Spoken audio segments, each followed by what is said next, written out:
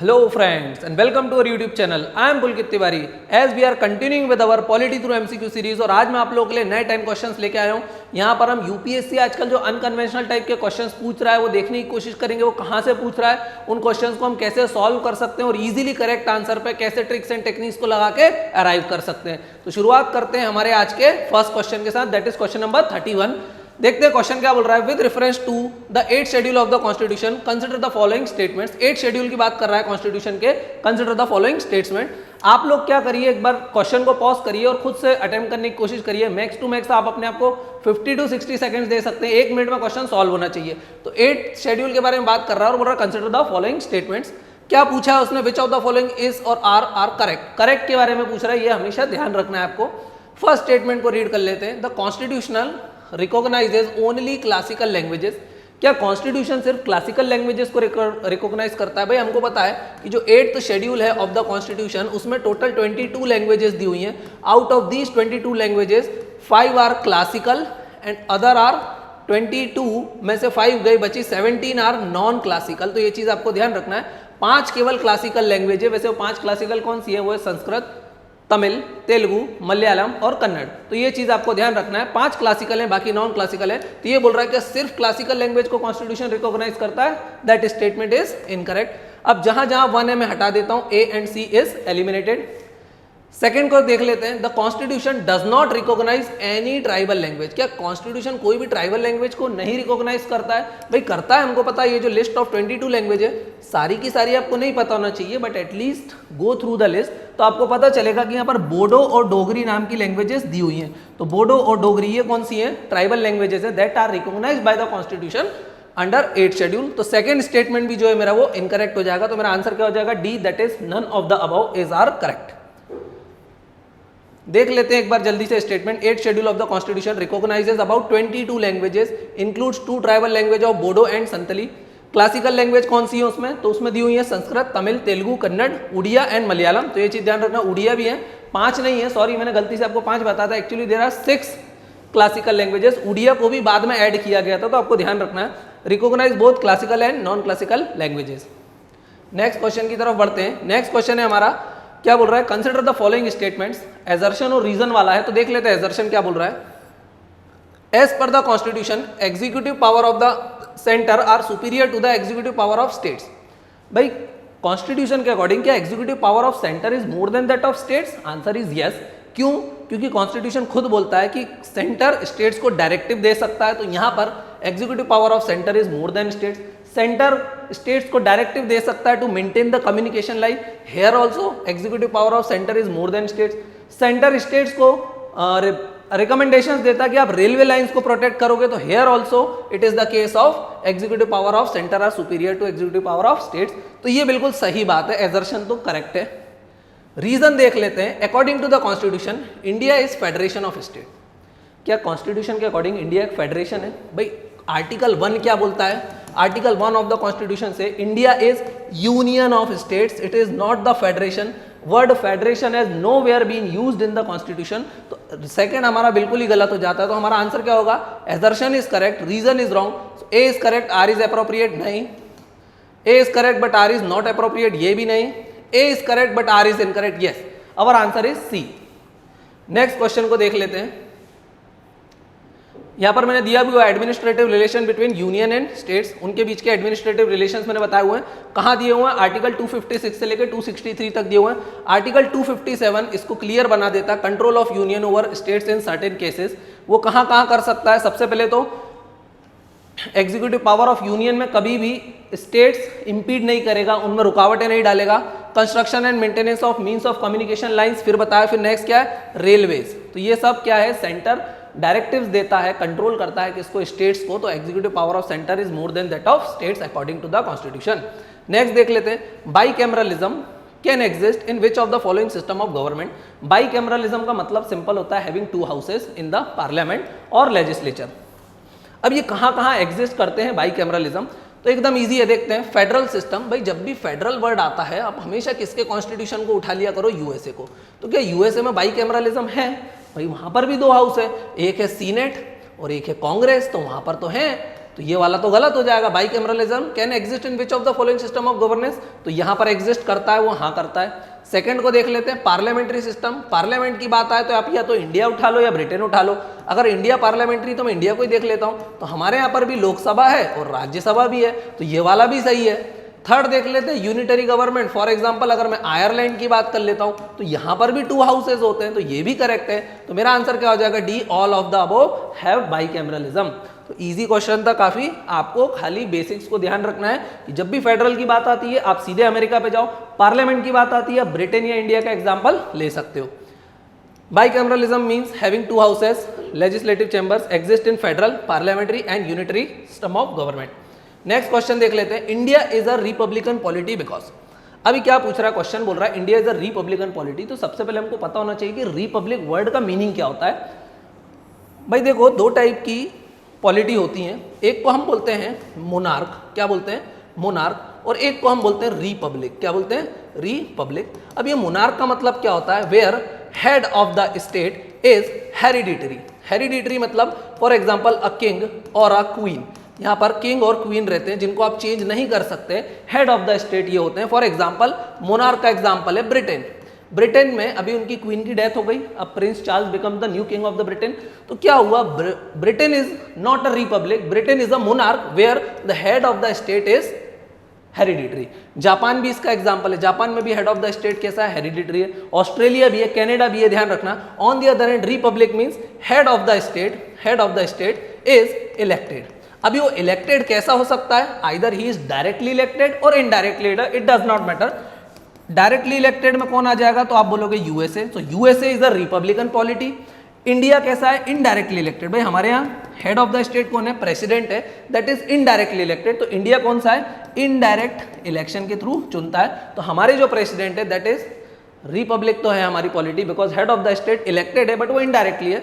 USA is also republic where head of the state is directly elected by the people of that country. On the other hand the Britain and Japan are monarchial form of government. तो ये चीज आपको ध्यान रखना। आप देख लेते हैं, India is a republican polity because there is universal adult franchise, no. हमने देखा हेड ऑफ द स्टेट की बात, there are no hereditary element in our polity, yes this is the correct answer. No hereditary element, क्या राजा का बेटा ही राजा बनेगा, राष्ट्रपति का बेटा राष्ट्रपति बनेगा, नहीं।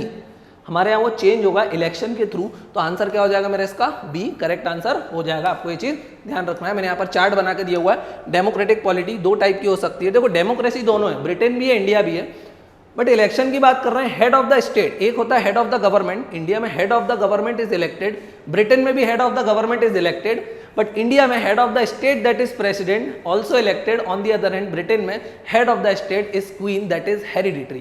तो ये चीज आपको ध्यान रखना है, काफी इजी है। तो डेमोक्रेटिक पॉलिटी 2 टाइप की हो सकती है, monarch head of the state, king और queen enjoys a hereditary position. For example Britain office is hereditary. On the other hand, republic means public office is open to all the citizen. Head of the state is always elected either directly or indirectly. India is a indirectly elected form of republic.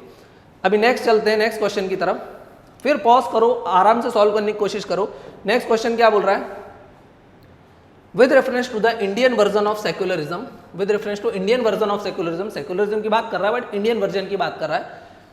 Which of the following statement is correct, correct के बारे में पूछ रहा है। First statement देख लेते हैं, Indian secularism deals not only with the religious freedom of individuals but also with the religious freedom of minority communities. Yes, अगर आपको पता हो तो अंडर आर्टिकल 29 एंड 30 में रिलीजियस माइनॉरिटीज की भी बात की गई है।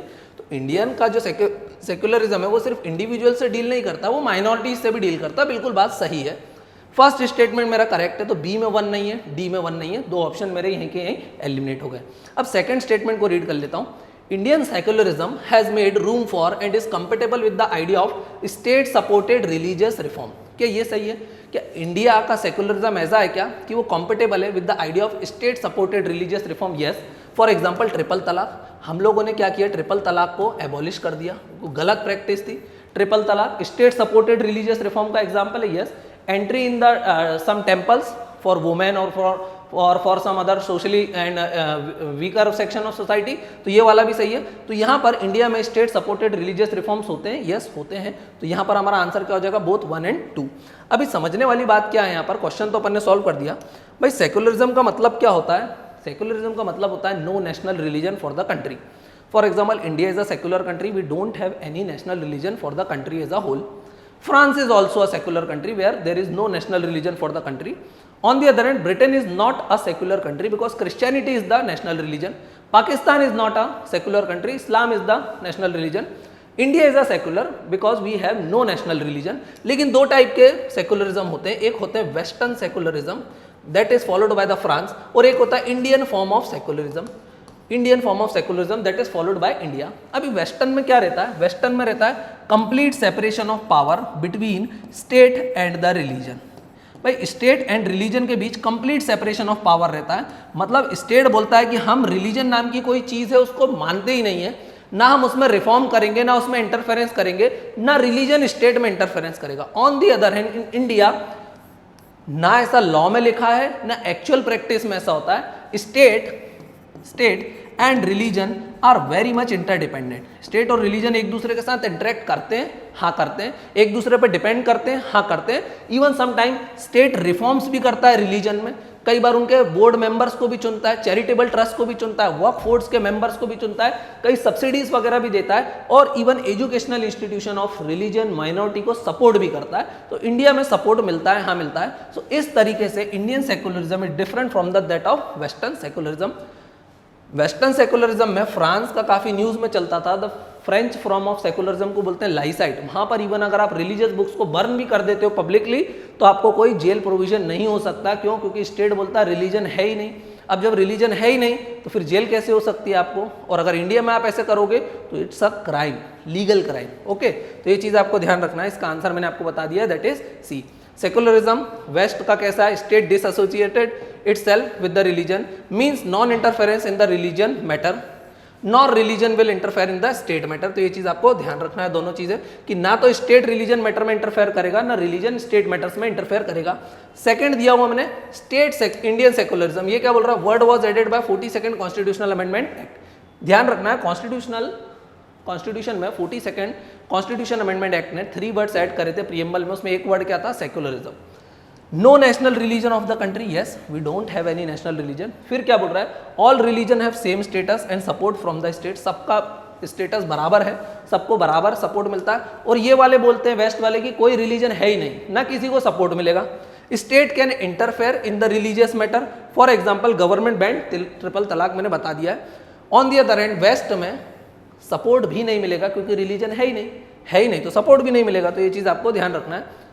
नेक्स्ट देख लो question, that is question number 6 of today 36. क्या बोल रहा है? Which of these general statement about constitution is necessarily incorrect. क्या बोल रहा है? इनमें से कौन सा स्टेटमेंट कॉन्स्टिट्यूशन के लिए नेसेसरीली इनकरेक्ट है? जरूरी है कि वो इनकरेक्ट हो गई होगा. तो अब पहले देख लेते हैं इनमें से करेक्ट कौन सा है. जो करेक्ट है वो हमारा आंसर नहीं होगा. तो देख लेते हैं फर्स्ट स्टेटमेंट क्या बोल रहा है. It may specify how the government will be constituted and who will have the power to take which decisions.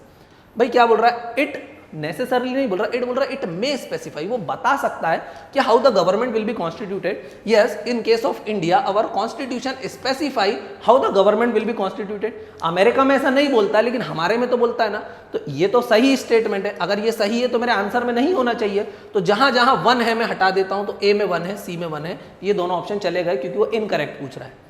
Second देख लेते हैं. It may, again may word आ गया. It may specify the ideas that the government of the day should follow as a matter of policy and legislation. बिल्कुल भाई, हमारा constitution भी DPSP बताता है, directive principle of state policies under part 4.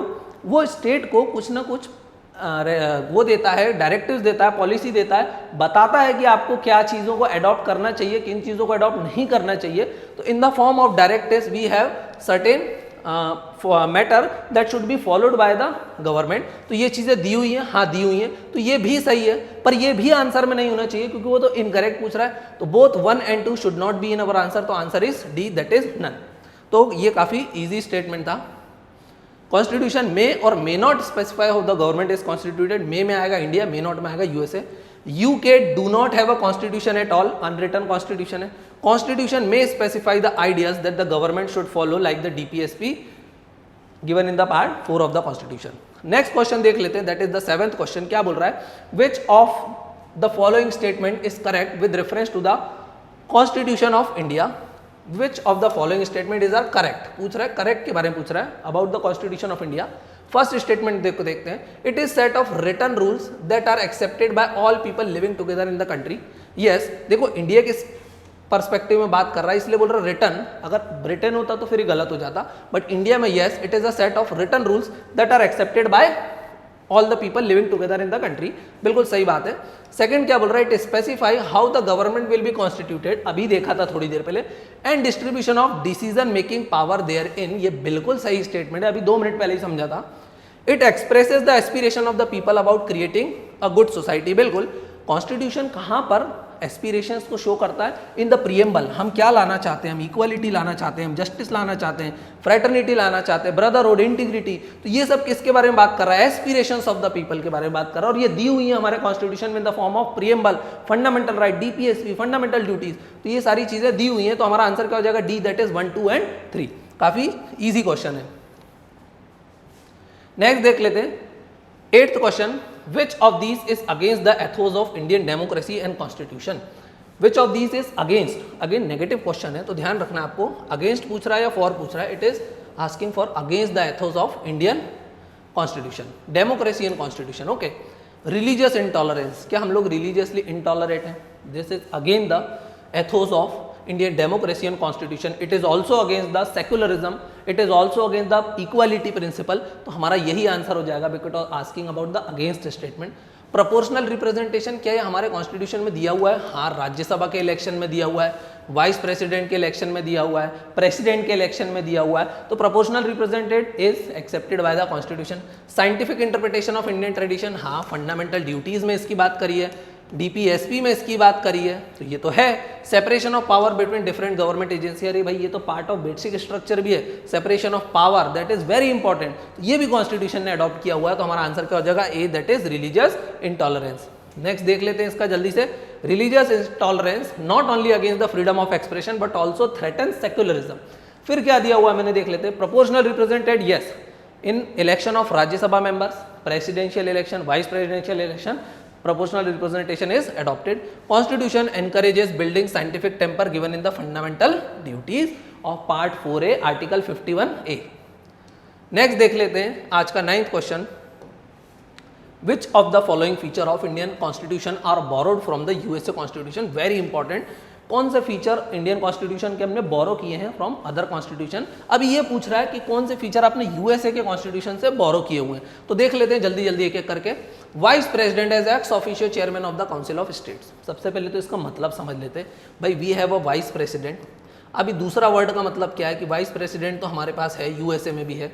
Ex officio, भाई vice chairman कौन रहता है, vice chairman of India is the chairman of Rajya Sabha, वो कौन होता है, chairman of Rajya Sabha.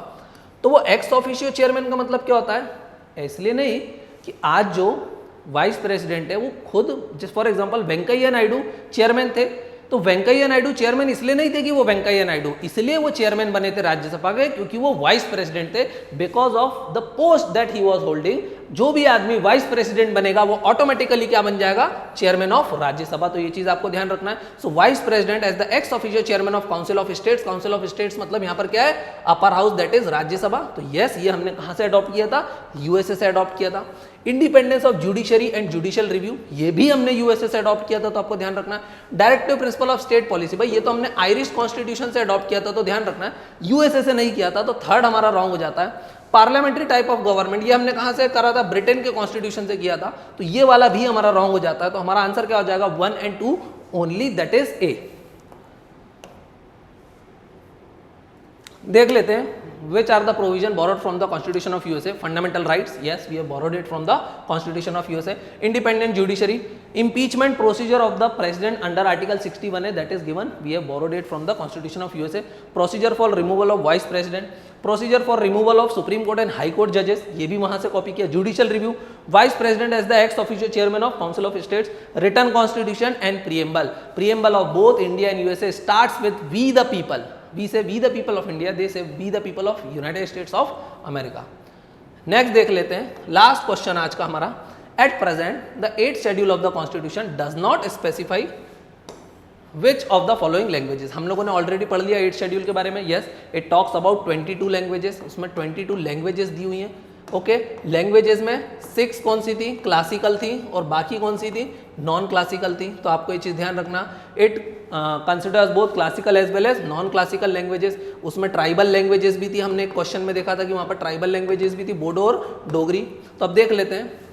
Eight present the 8th schedule of the constitution does not word आ गया यहाँ पे, specify which of the following languages, उसमें नहीं होना चाहिए। अच्छा, संस्कृत है, हाँ संस्कृत तो है, हमने देख ली, because it is a classical language.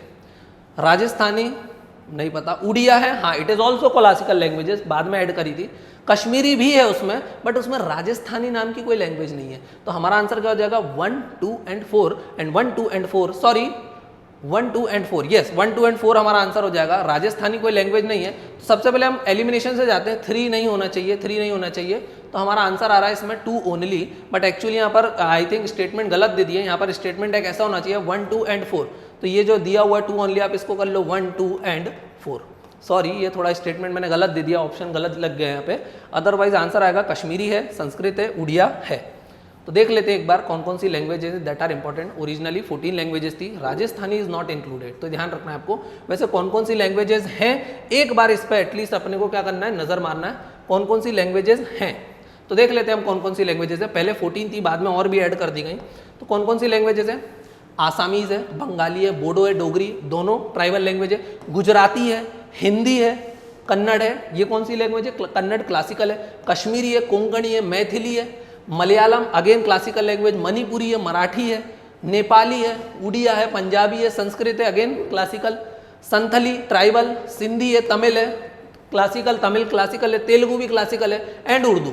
So we have 22 languages. Okay, तो ये चीज़ आपको ध्यान रखना है। कहाँ दी हुई है, in the second section of articles that are deemed to be included in the 8th schedule. तो आपको ये चीज़ ध्यान रखना है, मैंने बता दिया आपको सारा का सारा 8th शेड्यूल के बारे में, काफ़ी इंपॉर्टेंट था। तो यहीं पर आज के हम लेक्चर को जो है फिनिश करते हैं। आई होप आपको ये लेक्चर काफ़ी पसंद आया होगा। अगर लेक्चर पसंद आया है तो अपने फ्रेंड्स के साथ शेयर करना है, वीडियो को लाइक करना है, and thank you for watching this video. Have a nice day.